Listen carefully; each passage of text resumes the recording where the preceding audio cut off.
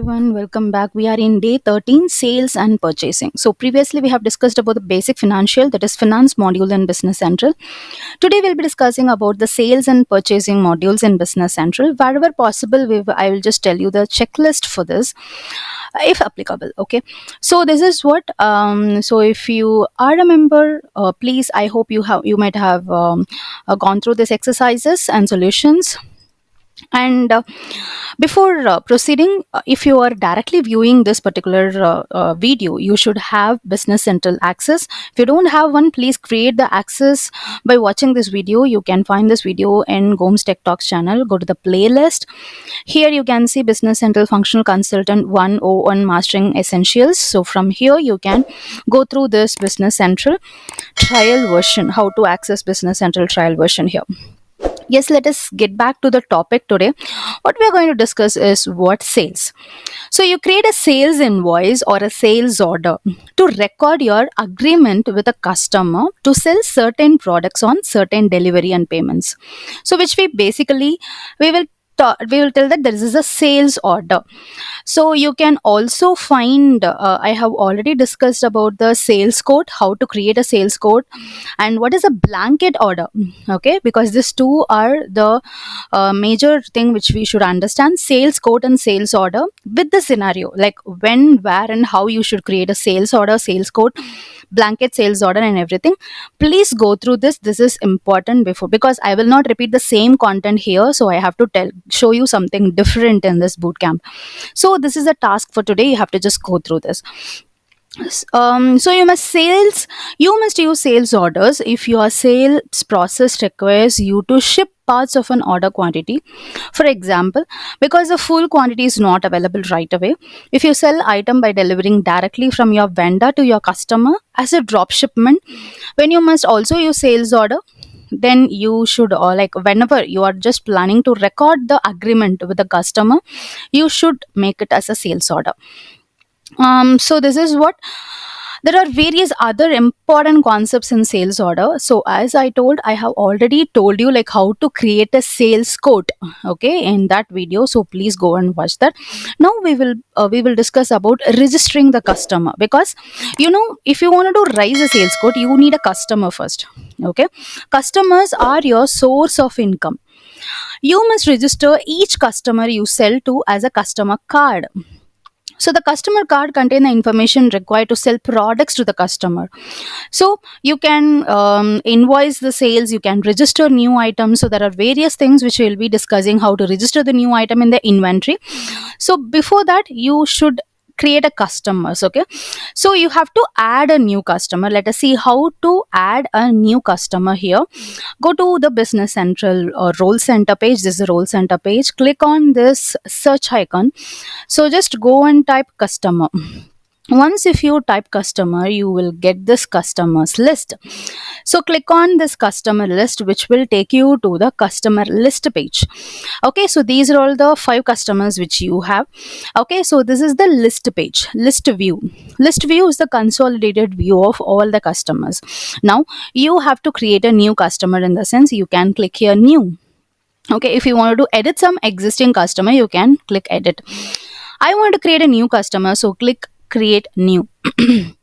So once if you click create new, it will ask you like, what is the code, customer company or a customer person? So the description is business to business. Are you going to do with a business to business customer or a cash payment customer? So whatever you wanted to create, you can just make it as that particular customer, and then it will open a card to you. Okay, so here you can see this is a number. You can just give the number, you can give the name for the customer. Okay, and balance and all, you don't worry. So here you can just you can create the customer here. So if you are we are using a demo account. Okay, so the customer card will be as usual. If only one customer template, that is if you haven't created any customer yet, then you have to create a template. Okay, then you have to click the customer data here. Okay, what is a credit and blog, if you are going to ship or invoice or whatever it may be, and you can see here you can just add the address. Okay, and invoicing, you can add the invoicing, what is the tax registration of that customer, tax exemption number, anything, any other data. So whatever the data which you wanted to record it here, okay, from the customer, then you have to record that customer. Okay, so here you can, if see, in every block, like in every general tab, this is, we call it as a general fast tab. So here you can see there is a show more option. Okay, if you click on the show more, you can see more, what are the other things which you wanted to add it. Okay, if you want to make a privacy blocked, if you want to make this enabled, you can do that. Almost I have talked about all these privacy blocked and everything in my playlist. Okay, so what is the privacy, how to maintain the data, that is how to maintain the data privacy of the customers and everything here. So you can definitely watch that. Okay, so yes, so this is how, like, you can add more thing, and address and the contact, if you want to add the address, invoicing, if you want to add the invoice details and everything here. You can add it, payments, like how, what is the types of payments they want, that planning to do everything. So this is the very first thing before you do the sales code or sending the sales invoice. Okay, so this you have to do it.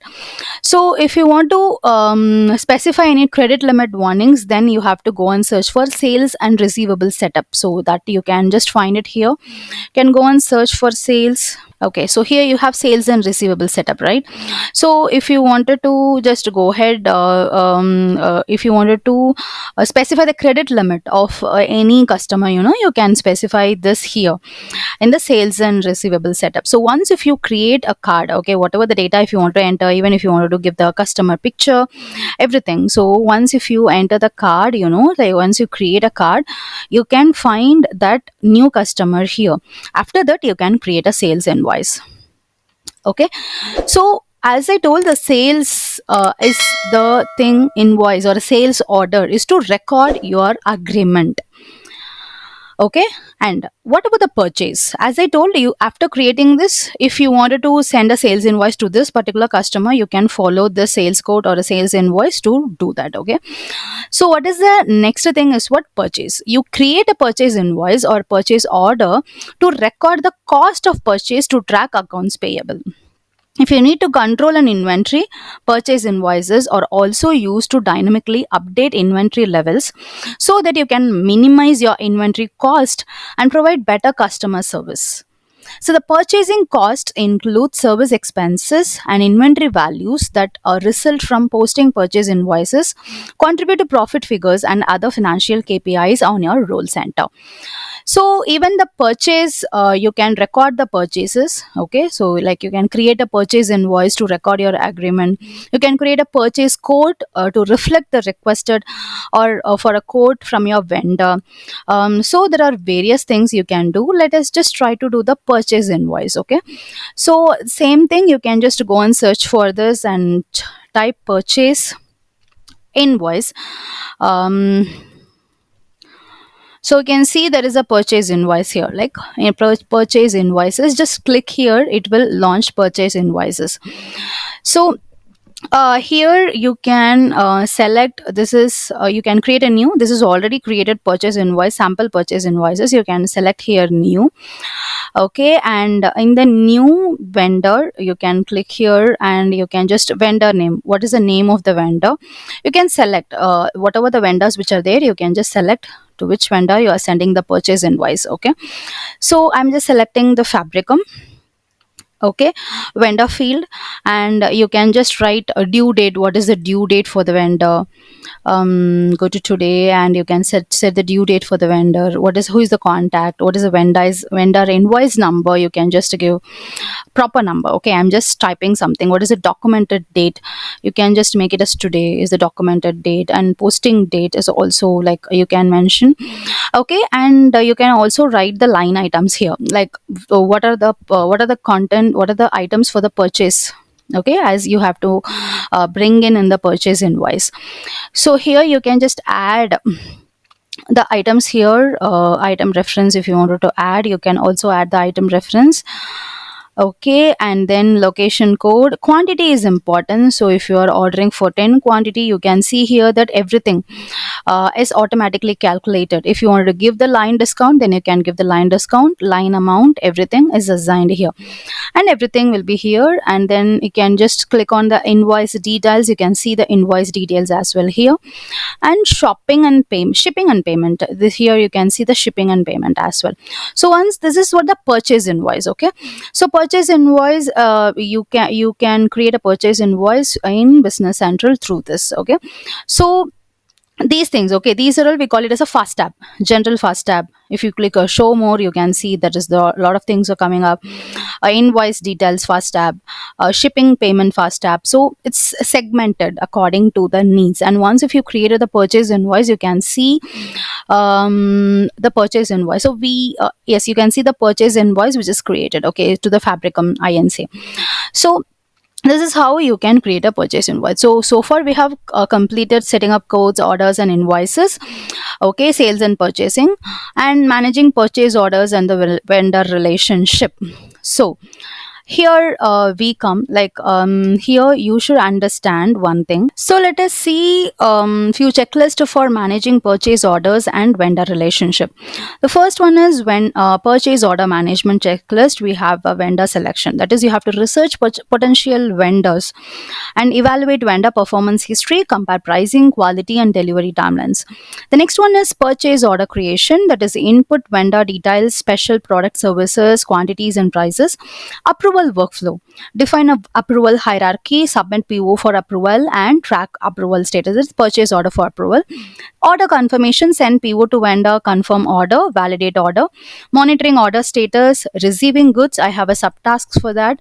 Invoice matching payments, handling discrepancies and order closure. So you have to concentrate on these checklists. So by the end of this bootcamp, 41 days, you will be having at least 12 to 15 checklist in your hand as a functional consultant. If you want to receive the checklists, like if you want to see have the all the checklist, then you should actively participate in this bootcamp. Okay, and this is the first one. This will be available for the members. The checklist will be available for the members, and I am writing a book on this 41 days boot camp. So that will be available soon in Amazon for pre-orders, and also in one more platform. And the next one is vendor relationship management checklist. You have to get the vendor information management, performance evaluation, communication, negotiation and contracts, problem resolution, feedback and improvement, reporting and analytics. So all these things you have to just concentrate on, which is very, very important in a Business Central. Not only for Business Central, for all the functional consultant and deployment. Finally, the general best practices is what regular system audits, staff training, data backup and compliance and monitoring. So I hope we completed day 13. So day 14 we'll be understanding I'll be discussing the exercise for day 13, and also day 15 will be the solution for that. So I'll meet you soon, all the subscribers and viewers, on day 16 for inventory management. Thank you, take care, and bye bye.